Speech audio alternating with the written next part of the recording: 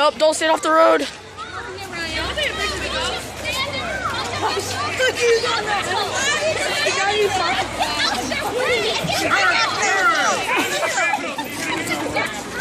I'm so glad to see you. Freedom! Freedom! Get some great video here. They're attacking. Everybody with guns. Off the road. Don't worry, I have a gun. I got this. Tommy, I shoot a BB at your face. Back against the stones so bad. Up onto the stones, everyone. Go with your toes smashed up. All in the mix. I called it. I called it. Your liberties are restored to you. Peace remains to this war are at hand. Pay homage and give attendance to the man who delivered you from treachery, General Benedict Arnold. Get out of here. We're not going to hear anything he has to say, that two-faced devil. Oh, mind your tongue, fellow. Be careful before you spout your venomous barbs. That a full company of His Majesty's finest soldiers surround this city, which none of you are in a position to challenge. General Arnold's orders alone are what protect you and your property. There is cause to act, and you will quickly learn our reputation. But if you will be civil, General Arnold will address you. Thank you, thank you, people of Virginia. Now, such an assembly shows that you are all in good character and know where your true loyalty still lies. But you must know, my words to you are simple, and they are sincere. Yeah, well, how can we trust the words of a traitor? Let the general speak. Now, my candor may wound, but I can assure you I do so only to awaken your sentiments. But you must also know this war that your Congress has started is not a war for your freedom. It is a war for their own personal gain and glory. Lies and slander. Pay him no mind, sir. He doesn't know what he's talking about. Well, I know the king imposed his tyranny on us. Ah, yes, tyranny, tyranny. I was fed upon that lie myself for many years. When I first joined the Continental Army, I did so to right the perceived wrongs done us by the king. We all did we not? And those ideals unified this colony, gave them one voice, but it did not remain so for long. At the very outset of this conflict, the wealthy men of your society sought their own gain. They broke with the king for their own benefit, not yours. The Congress ensures that we are free to live as we will. And how free are you? Free men are not allowed to speak their minds unless they agree with their neighbors. Men and women can be divested of their property simply based upon which side of this conflict they stand. Now, I know not what you think, good people, but I will not be held hostage by the whims of less than 100 men in Philadelphia. You would dare call the Congress corrupt? You, Oh, I of all do not people. call them so, good sir, you do. But I witnessed firsthand that what you say is true. See, for over a year I was military governor of Philadelphia, a position I was placed in by none other than General Washington himself. See, he believed and he trusted in me to restore peace and order to that city, which I did, despite the efforts of some of the men in Congress, some of the very same men in Congress who sought to remove General Washington from office. What did Congress do to General Washington? Well, good lady, some of those vile men in Congress who were busy castigating me sought to oust General Washington.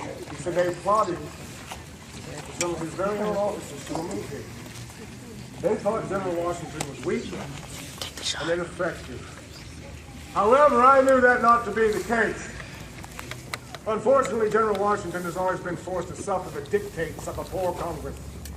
It's the Congress that means to ensure our liberty. And As do I. Liberty, freedom.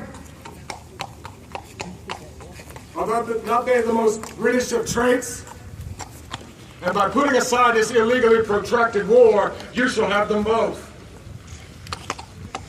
well, how is it we're going to have any liberty if we can't even have representation in the government, huh? That's representation. The great American battle cry. No taxation without representation. Much have I heard that bandied up and down these colonies, and I'm sure Parliament has heard as well. So, Colonel, would you be so good as to read the missive from Lord North of the Colonial Assembly? General, may he, Lord North, and the Parliament, upon instructions from His Majesty King George III, assure that all of the demands made by the Continental Congress of the United Colonies shall be met and honored. All 13 colonies will have the right to tax and govern themselves without the interposition of Parliament, in which they will have representation. So what say you now, sir? Now I fought for much less than the king is granting us. For you, this war's over. Trade can be returned to your shores. Your boys can come home, those who are serving. However, your Congress has neglected and rejected this offer. Twice now your Congress has been offered a peace such as this, and twice they have refused it. Now I know not what you good people think, but heed my words. So long as these men in Congress hold sway over our country, America will never know peace. Listen to him. He speaks of peace and he holds this city under arms. Quiet yourself, man. He's gonna burn Williamsburg like he did Richmond. It was entirely the fault of your nominal governor, Mr. Thomas Jefferson, that Richmond was put to the Now, torch. Colonel, I had no intention of burning all of Richmond town. When we arrived there, your militia fled in our advance. We sought no spoil in that city. In fact, we had coin to pay for a portion of what we needed. However, the merchants there needed the approbation of Mr. Thomas Jefferson, who was nowhere to be found. It seems he was indisposed. Now, I waited I sent a query to Mr. Jefferson. I waited for a response, but heard none. So I then found myself under the disagreeable position of setting ablaze several of the public buildings, when unfortunately the wind shifted. What about Governor Jefferson and our delegates, sir? Are they your prisoners? Your legislators were nowhere to be found. And Jefferson, he fled across the James River without even a call to arms, scurried back to his home in the West, fearing for his life. But fear not, we will have him in hand soon enough. So you see, your leaders sought their own safety, good people, over the safety and protection of you, the people they claim to protect. Now I ask you, are these the actions of true noble men of government? And they are quick enough to enlist you and feed your husbands, your brothers and sons to the great peace, which is the British line. And even greater than the red coat. For you, the war is over. The capital of Virginia has fallen. The soldiers have fled. No, need I remind you, these people are still our countrymen. We cannot have his words indeed put about such a... Do not tell me, sir, what I may or may not tolerate. So long as we're a city, in this city, I'll rely on no attacks. I'll have no attacks upon this populace. But yet, for his insult, this fellow plainly deserves indeed a few stripes upon his back. And should he break the king's peace, he shall have them. But let me repeat my order. So long as we're in this city, no member of this populace is to be harmed unless they provoke us. They're the words of a fool boy, and they ought to be ignored as such. Fool or not, you turned your back on this country. You accused the Congress of lining their own pockets, and you did the very same thing. You turned on us for money. That's all. He owes us an answer. He has I need to answer to no one. I need to answer to no one. By God, I answer to my own conscience. But I'll hide behind no disguise, boy.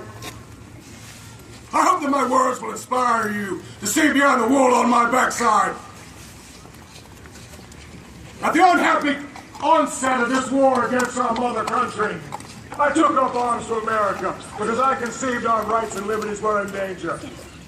I fed and clothed my own men on the perilous march to Quebec, where I was shot for the first time, and thusly wounded, I forestalled an entire British assault on Lake Champlain with a meager fleet of my own construction. The very next year, I helped achieve the greatest American victory of this war at Saratoga, where I was shot for the second time in the same leg. And what was my reward for receiving wounds that would have crippled lesser men? To be hounded by a Congress that said I owed them money. These same fools in Philadelphia that were building a wall of hostility around me. Lies, falsehoods, accusations, the wounds in my leg. And in my hour of need, I was abandoned by General Washington, the man I saw as a father. No good people. I thought I had bled and I had paid for America, only to be repaid in malice and betrayal. General, beg your pardon, sir. None here doubt your story, but there's got to be something you want from us. Why are you here? Good lady, while we are here in this city, we will need resupply and quarter. However, we have coin to pay for what we need. Coin you desperately need, no doubt.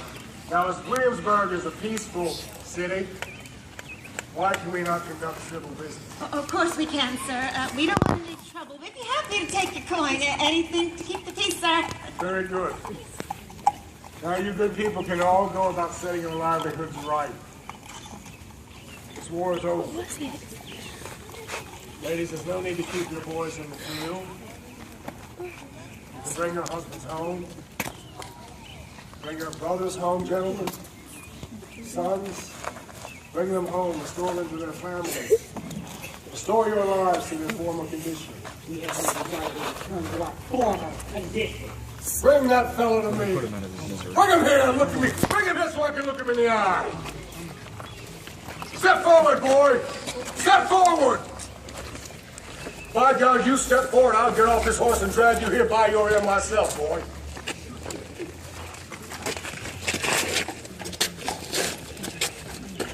Now, you have been most noble, and we have all been more than accommodating. But I'll have no more insults laid upon my name. Now, should you continue to challenge me and rankle me, I'll have no choice but to consider this entire city a rebellion and do to it what I did to Richmond. It'll be part and parcel of your part. You understand me? Yes. Mom's nails. You say that with a bit more politeness. And like that insolence out of your eyes. Do you understand me?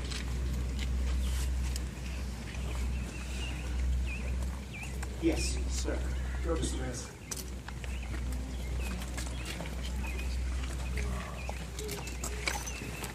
Now, good people, I look forward to the time when we can all once again be peaceful citizens of America and loyal subjects of His Majesty the King.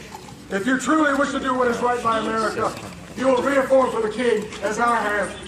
It's the only way to secure our nation's future and bring your boys home. God save the King. Sergeant, see to the detail. Reindeer, Virginia.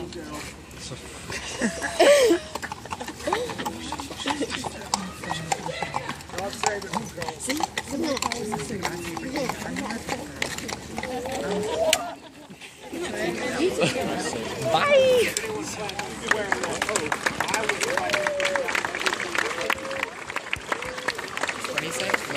Well, I got both of them. They're done.